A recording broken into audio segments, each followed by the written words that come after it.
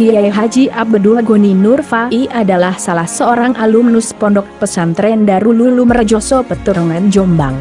Beliau seorang ulama yang berkhidmah kepada masyarakat di daerah Trawas Mojokerto. Selain sebagai ulama, beliau juga pejabat publik, umarok, pengurus MWCNU, Jamiah Ahli Thoriqoh, serta pengasuh Majelis Taklim.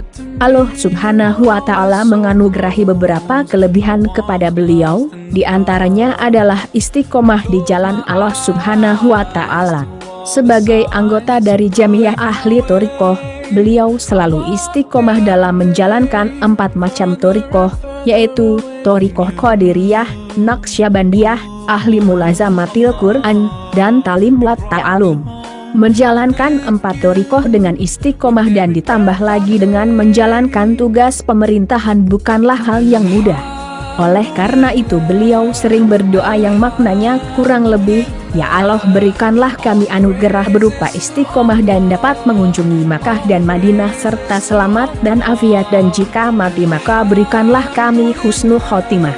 Meskipun beliau terbilang sebagai orang yang sibuk, tetapi masih sering menyempatkan diri untuk saling mentasyih hafalan Al-Quran dengan Kiai Haji Maslihuddin Abbas Mojokerto sebagai rekan sesama alumni. Beberapa waktu sebelum beliau sakit dan akhirnya wafat, beliau berpesan kepada para santri dan mungkin khususnya keluarga beliau agar ikhlas menerima ketentuan Allah Subhanahu wa Ta'ala. Dan beberapa waktu sebelumnya beliau juga menganjurkan kepada para santri untuk mengikuti Jamiah Thoriqoh Mutabaroh, khususnya thoriqoh yang beliau amalkan, umumnya thoriqoh Mutabaroh yang lain diakui oleh para ulama. Jamiah Thoriqoh yang beliau amalkan termasuk cukup berat, karena menurut pengurus tinggi Jatman, ada beberapa thoriqoh yang ringan, diantaranya ialah Alawiyah dan Syadaliyah yang kesemuanya tidak terlepas dari tuntunan Nabi Muhammad SAW. Mungkin ini sebagai usaha beliau yang terakhir, agar sepeninggal beliau para santri tetap lurus di jalan Allah Subhanahu wa Ta'ala. Di dalam kitab Syarah Al-Hikam, dijelaskan bahwa barang siapa yang diberi taufik oleh Allah untuk selalu berzikir, maka berarti ia telah ditunjukkan sesuatu tentang kewalian oleh Allah Subhanahu wa Ta'ala. Dan dikirnya seseorang dengan lisan yang disertai dengan hati yang lalai, itu masih lebih baik daripada orang yang meninggalkan dzikir sama sekali. Karena jika seseorang meninggalkan dzikir, maka ia akan semakin jauh dari Allah Subhanahu wa Ta'ala.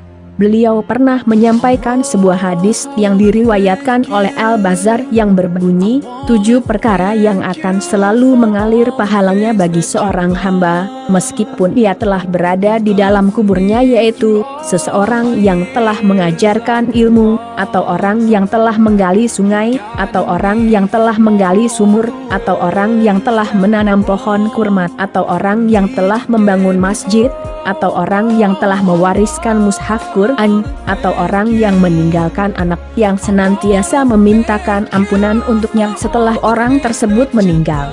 Dan janganlah kalian mengatakan terhadap orang-orang yang gugur di jalan Allah, bahwa mereka itu mati. Bahkan sebenarnya mereka itu hidup, tetapi kamu tidak menyadarinya. Quran Surat Al-Baqarah ayat 154. Mereka hidup di alam yang lain, di mana mereka mendapatkan kenikmatan-kenikmatan di sisi Allah Subhanahu wa Ta'ala. Dan hanya Allah sajalah yang mengetahui hakikat kehidupan mereka itu. Sesungguhnya orang-orang yang mengatakan, Tuhan kami ialah Allah, kemudian mereka istiqomah, maka malaikat akan turun kepada mereka dengan mengatakan, janganlah kamu takut dan janganlah merasa sedih, dan gembirakanlah mereka dengan surga yang telah dijanjikan Allah kepadamu. Quran Surat Fussilat ayat 30.